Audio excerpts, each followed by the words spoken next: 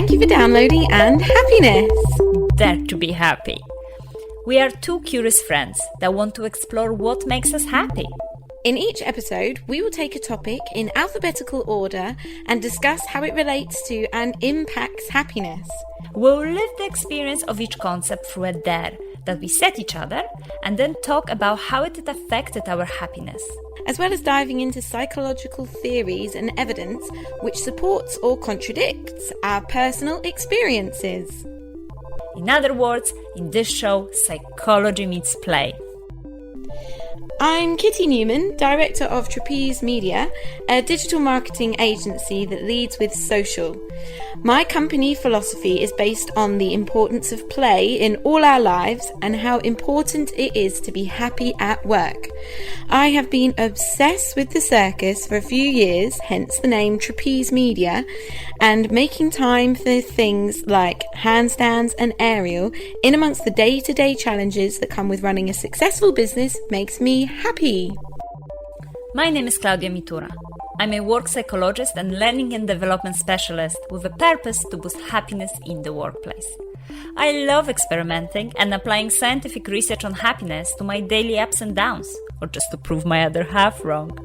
I also like to look for happiness in unusual places, so I won't shy away from diving with sharks or starring in a pantomime.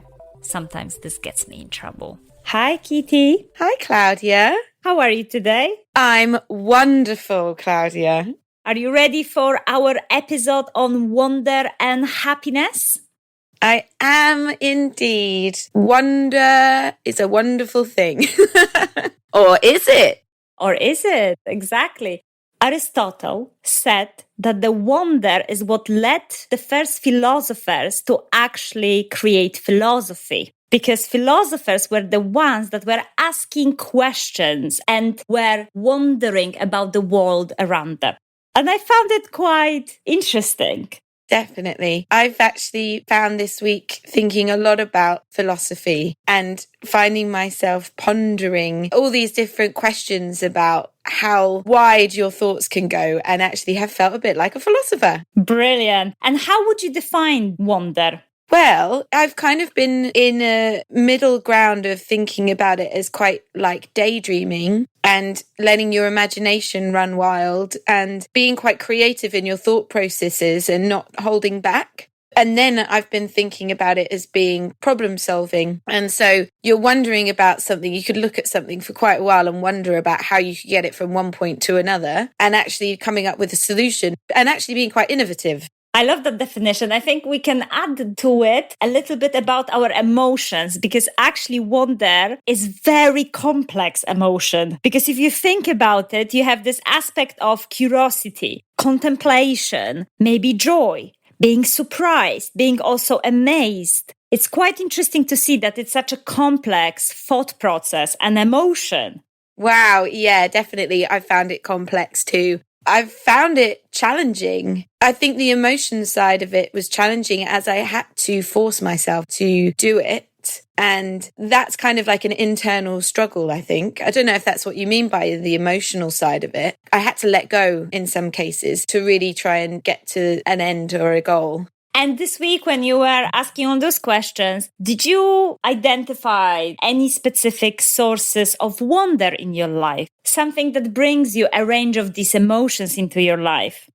I was definitely drawn to wondering about people and characters and stories. Because when you just mentioned that, and when I start thinking about wonder, a lot of people, I think, wonder around traveling and adventure and kind of where they could go or something like this. But I found myself wondering about people, looking at different people and what if their stories were this, and I wonder where they've just come from or where they're going, and thinking about characters and stories, definitely. Oh, I love that. When I was a kid, I used to have a game. When we were driving somewhere long distance, I remember just spotting different cars and different people in the cars. And I used to be making up stories about their life. And that was my game. And I could entertain myself for hours with that. I love that as well. People love to people watch and sit and look at what everybody's doing and daydream about what they're doing in their lives. I actually also realized through this an episode on wonder that I'm always really amazed by the human body.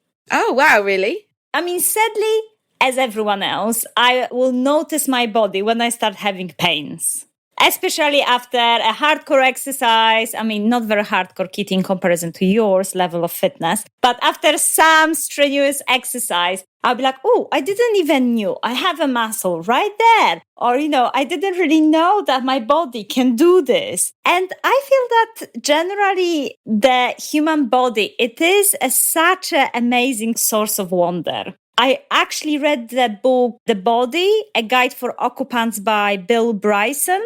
It is amazing book. I mean, it has so many interesting facts about human body. And one, which is, I think, mind-blowing, is how much do you think it would cost if scientists were able to build a human being from scratch with all the elements that we are made of? What? I've never even thought that you could pay to build a body. And you don't mean like a robot. You mean like a human. And is this what people are selling pieces of body for on the black market? Or is this an official source? No.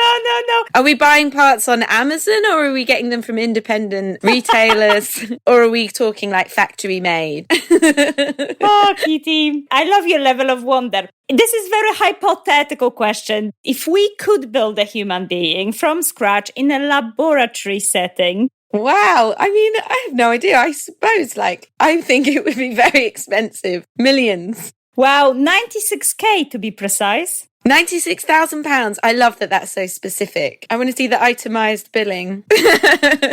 What's also very interesting about wonder, and I don't know, you might be surprised by this fact or not, is that studies show that our openness and level of curiosity is declining with our age.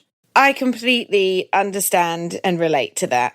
100%. I think during this week, I've been disappointed in my inability to just daydream and wonder about things. I think it's because I don't make the space to do it. And I think that's why traveling came into my thought processes quite as much as they did, because there was a time where I haven't done as much traveling as other people, but there was a time where I went away for 3 months and I went to Japan and Morocco for 3 months. And I was just daydreaming. I wasn't looking at my phone as much. I wasn't doing any work because I just quit my job. This is before I started the business. And I remember talking about my daydreams, and I remember being in the sea in Morocco and looking at this person and just thinking about all these different stories that they could be doing. And then I also thought about a trip I did to Berlin, and I had 4 days off from work and I wrote this murder mystery play, and all I was doing was wondering about people, and I was inspired by the people there, thinking about their different lives and just wondering about things. It actually made me a bit sad that I don't make more time to just sit and wonder. And I think it is more wondering than thinking. And I do kind of think daydreaming definitely comes into it for me in the same bracket. I don't know if it does for you, but I was thinking I need to do this more and just sit and daydream. And as always, you need to kind of plan that in your schedule. That is what's required. We need to really have the time to rest and just think and just wonder. Otherwise, we have so many commitments and so many things in front of us that's quite difficult. But additionally, nature is something that can help us to wander more. So again, according to studies, when we are in the nature and we are experiencing some beautiful landscapes and views, sunsets, sunrises, we will feel that sense of wonder. Yeah, oh, absolutely. So I live by the sea and I've been going sea swimming, Klaudia, all the way through, still going. 1st of December, went in the sea. And when you're out in the open space of the sea, your brain does allow you to just think, and there's no distractions. You can't hold anything. Sometimes I'll even be out there talking to myself because no one can hear. It does sort of being connected to the waves and the movement and the open space. It is something different. It's very important that we think of the sources of wonder in our life and we maybe get closer to that nature or to the moments when we can pause and reflect and really experience more wonder.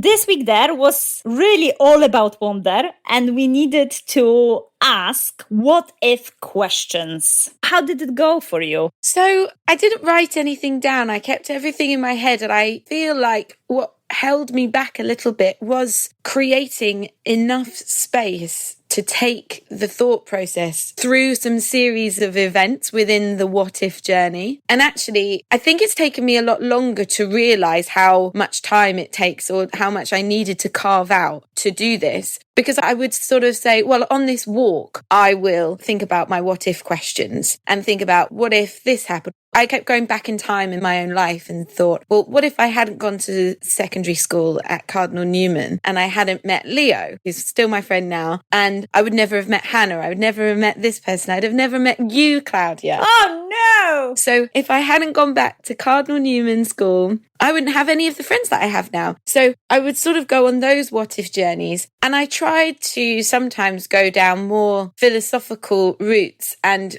when we talked about the dare initially, you had mentioned like, what if the sky wasn't blue? What would that mean? I found those kind of what if questions quite challenging and quite hard. I have actually got into philosophy. I don't think that we would do this podcast if I hadn't been interested in philosophy a couple of years ago and started a WhatsApp group called Philosophy Club, because I was quite intimidated by philosophy and thought it was for much more intellectual people. But it isn't the case. It's just your own thinking. And actually, any thought you have should be allowed to kind of be brought to the front and explored. And not everything we say needs to be stuff that we mean if we're exploring it in a case of just wondering what if. So that's a lot of where my thought processes were. I actually don't have the long story of what if this kind of more complicated idea was around, because I think actually I have to make much more of a considered effort to do that sort of thinking. I love that, because my mind also went in two directions. On one hand, I was having this playful daydreaming activities in which I would be thinking, what if I could fly? And then I was like, great, I could sit on a cloud, but how cold is a cloud? And I started researching how cold is the cloud? What would I be wearing if I would flew to the sky? Kind of really just be very silly and playful. Yeah, I love that so much. Oh, that's such a sweet little story of you flying to the cloud and being cold. I love that the first thing you thought of was how cold will you be? Yeah, because I hate cold. So I was very clearly, I needed to kind of know, and if I'm going to fly to that cloud, I need to be ready for it. And I was just playing with it. But then another one, I thought, well, what if? We could take the what if question and apply it to our daily life. In terms of expanding the story of who we are, I know that we might be quite skeptical that our life is not necessarily a movie or a bedtime story. But what if we would approach it like that? Because our brain connects everything that happens to us into a story. And we then tell that story to ourselves internally of who we are and also to other people. If I ask you, who are you? You tell me a story of you. Wow, yeah. Okay. And that internalized story that we tell to ourselves, it's called narrative identity. And psychologists, as they love to analyze everyone and everything around them, they of course analyze people patterns in those narrative identities. And they found that if people have empowering stories that are based on the growth mindset of, well, I don't know how to, but I can find out. I haven't learned this yet. I failed now, but I may succeed in the future. Then their level of happiness is much higher than those people who have quite contaminated story patterns, such as, I cannot do this, I will never, I'm bad at, I failed at this, therefore I cannot do this again, I'm never going to. So I was kind of thinking, what if we can take the what if question and start stretching and expanding our narrative story? And start thinking, well, what if I can be calm during the interviews? What if I could bake a carrot cake? Oh my God, this is incredible. So sort of the labels that we put on ourselves of what we are you can try and switch your mindset and switch the label that you give yourself by just asking, what if I can do that thing that you think that you can't do? Absolutely. And just be playful with it. So I was really trying to do this today. And I don't know if you noticed, before this podcast, we were having a bit of friendly chat as always. And you mentioned some frustrations. And I was like, well, Kitty, what if you can be kind to yourself? You did say that to me. You haven't spotted it. I was playing Wonder with you. Yeah, and do you know what? It did make me think, what if I could be kind to myself? Yeah, do you know what, Klaudia? That is a revelation. Have you just come up with this yourself? Klaudia, you are incredible. Narrative psychology, it is something established and there are lots of experts behind it. So I'm not taking any credits here. Yeah, wow, amazing.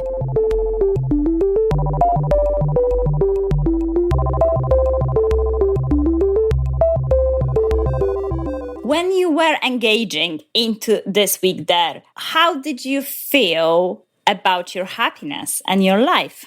I actually didn't feel great, I'll be honest, because it made me realize how much more I want to do this sort of thing. Because I think I was thinking about it from like creative output. And I was thinking about our episode on time and how actually you choose to do these things. So when we said, well, maybe you don't say I haven't got time for this, but I've chosen to do A and B. This is now coming up in my priorities list again of making time for myself. And it did feel like this sort of activity is for myself and my own kind of exploring what I enjoy or what I think about the world or what I want to put out into the world. And I think it made me realize that I want more of that. So that's good. Actually, in the week, I was just rushing about only making time to do this when I wasn't basically busy with my hands or my eyes. So it was when I was walking or when I was in bed or when I was in the sea was only time when I could find time to do this.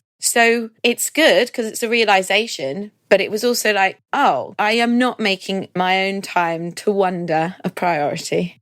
Very interesting because I would say you're very harsh on yourself right now because I feel like our entire And Happiness podcast is all about the wonder. In every episode, we take a different dare and then we wonder what will happen and then something else happens and then we discover and explore all these questions and we discuss them. So I think because of the unhappiness, I have so much wonder in life. And also I perceive you as a very curious person, Kitty, that asks so many different questions and curiosity is part of wonder. So, well, I understand that maybe that was this week, but I think you're also very harsh on yourself there. Oh, what if I couldn't be so harsh on myself? What could happen then? How would you feel and what would you do?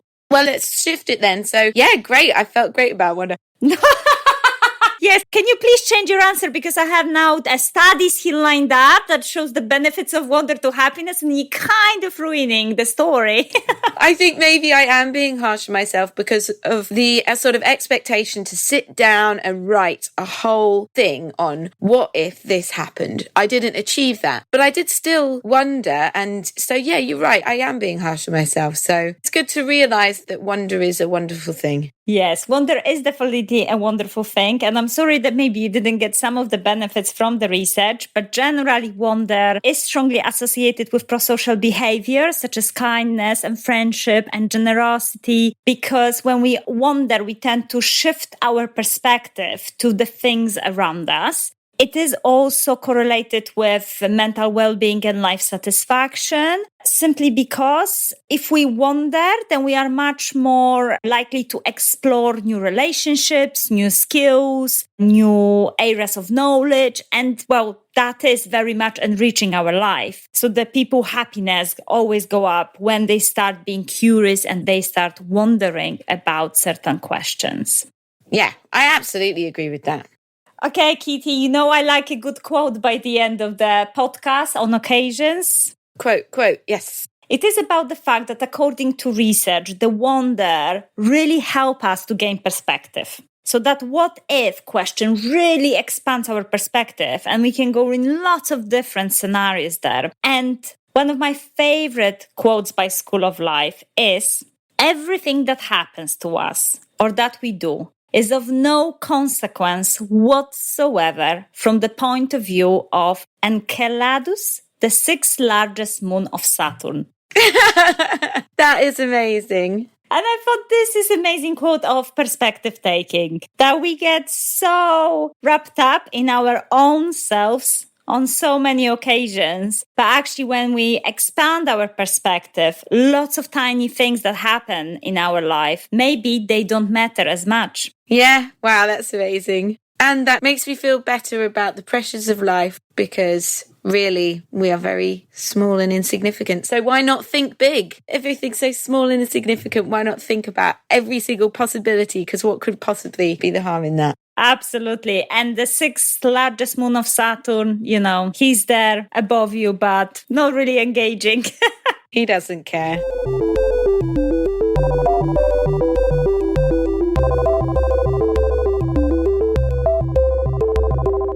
So, very exciting, because this week you will be listening to 2 episodes of And Happiness, because on Christmas Day, Klaudia and I will be bringing you Christmas and happiness. Yay! Jingle bells, jingle bells. Jingle bell, jingle bell rock. So the dare this week, Klaudia and I have all week been looking at Christmas and what it really means. If you take away the presents and you take away the family, as a lot of us will have to do this year, what is there left, and what is going to bring us happiness at Christmas this year? Absolutely. We're going to dive into some research, some history of Christmas, and also, as always, ask our wonderful friends what Christmas means to them.